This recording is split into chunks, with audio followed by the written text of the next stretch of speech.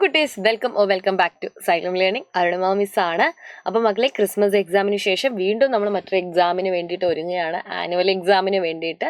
അപ്പോൾ ആനുവൽ എക്സാമിനെന്ന് പറയുമ്പോൾ ആദ്യം മുതൽ അവസാനം വരെ പഠിച്ച പാഠഭാഗങ്ങളിൽ നിന്നുള്ള ചോദ്യങ്ങൾ നമ്മളെ കാത്തിരിപ്പുണ്ടാവും. അപ്പോൾ നമ്മൾ എന്ത് ചെയ്യണം? നല്ലതുപോലെ ഇപ്രാവശ്യത്തെ പരീക്ഷയ്ക്ക് പഠിക്കേണ്ടതുണ്ട്. അപ്പോൾ ടീച്ചർ ഇന്ന് വന്നിരിക്കുന്നത് വളരെ ഇമ്പോർട്ടൻ്റ് ആയിട്ടുള്ള കുറച്ച് ക്വസ്റ്റ്യൻസുമായിട്ടാണ്.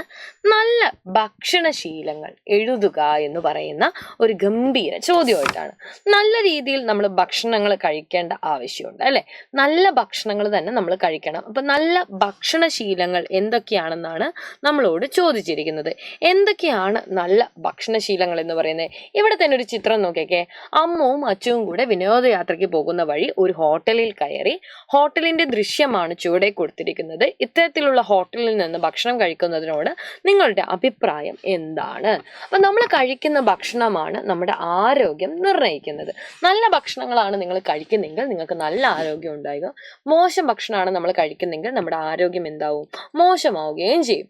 അപ്പൊ നല്ല ഭക്ഷണശീലങ്ങളിൽ നമുക്ക് എന്തൊക്കെ ഉൾപ്പെടുത്താം? ആദ്യം തന്നെ, അല്ലെ, ഭക്ഷണം കഴിക്കുന്നതിന് മുൻപേയും ഇതിന് മുമ്പും ശേഷവും കൈകൾ വൃത്തിയായി കഴുകേണ്ടതുണ്ട്.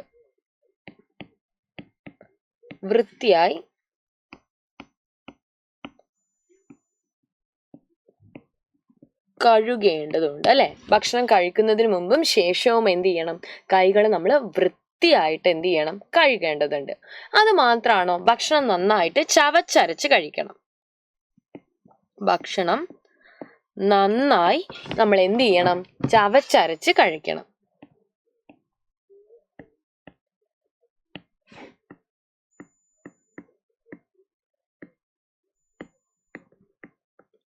ഭക്ഷണം നമ്മൾ എന്ത് ചെയ്യണം? നല്ലതുപോലെ ചവച്ചരച്ച് തന്നെ കഴിക്കേണ്ടതുണ്ട്, അല്ലെ മക്കളെ?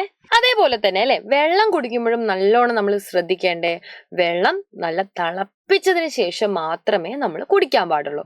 തിളപ്പിച്ചാറിയ വെള്ളം കുടിക്കുന്നതാണ് ഏറ്റവും ഉത്തമം. അപ്പൊ എന്ത് ചെയ്യുക? തിളപ്പിച്ചാറിയ വെള്ളം കുടിക്കുക. അതേപോലെ തന്നെ, അല്ലെ, തുറന്നു വെച്ച ആഹാര സാധനങ്ങൾ നമ്മൾ കഴിക്കാൻ പാടുണ്ടോ? തുറന്നു വെച്ച ഭക്ഷണ സാധനങ്ങൾ കഴിക്കാതിരിക്കുക. അപ്പൊ എഴുതാൻ നമുക്ക്: തുറന്നു വെച്ച ആഹാര സാധനങ്ങൾ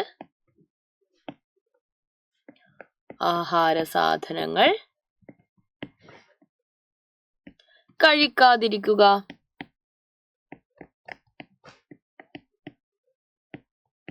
അല്ലെ, തുറന്നു വെച്ച ഭക്ഷണ സാധനങ്ങൾ നമ്മൾ കഴിക്കാൻ പാടുണ്ടോ? തുറന്നു വെച്ച ഭക്ഷണ സാധനങ്ങൾ തുറന്നു വെക്കുന്ന സമയത്ത്, അല്ലെ, അതിനകത്ത് ഈച്ചകൾ വരും, അല്ലെ? അതേപോലെ തന്നെ ഈ ഈച്ചകളാണെങ്കിലോ വൃത്തിയില്ലാത്ത സ്ഥലത്ത് നിന്നാ വരിക. ഇത് നമ്മളെ ഭക്ഷണത്തിലിരുന്ന് നമുക്ക് അസുഖങ്ങൾ വരത്തില്ലേ? യെസ്. അപ്പൊ തുറന്നു വെച്ച ആഹാര സാധനങ്ങൾ നമ്മൾ എന്ത് ചെയ്യാൻ പാടില്ല? കഴിക്കാൻ വേണ്ടി പാടില്ല. അപ്പൊ കൂട്ടുകാർക്ക് പറഞ്ഞ കാര്യങ്ങളൊക്കെ മനസ്സിലായോ? എന്തെങ്കിലും സംശയങ്ങളുണ്ടോ? ടീച്ചർ എഴുതി കാണിച്ചത് എന്ത് വെച്ചാൽ നിങ്ങൾക്ക് എന്ത് ചെയ്യാനാ? അത് നല്ലതുപോലെ ഒന്നുകൂടെ വായിച്ചു നോക്കാനും എഴുതാനും ഒക്കെയാണ് ടീച്ചർ പറയുമ്പോൾ നിങ്ങളും കൂടെ എന്ത് ചെയ്യണം?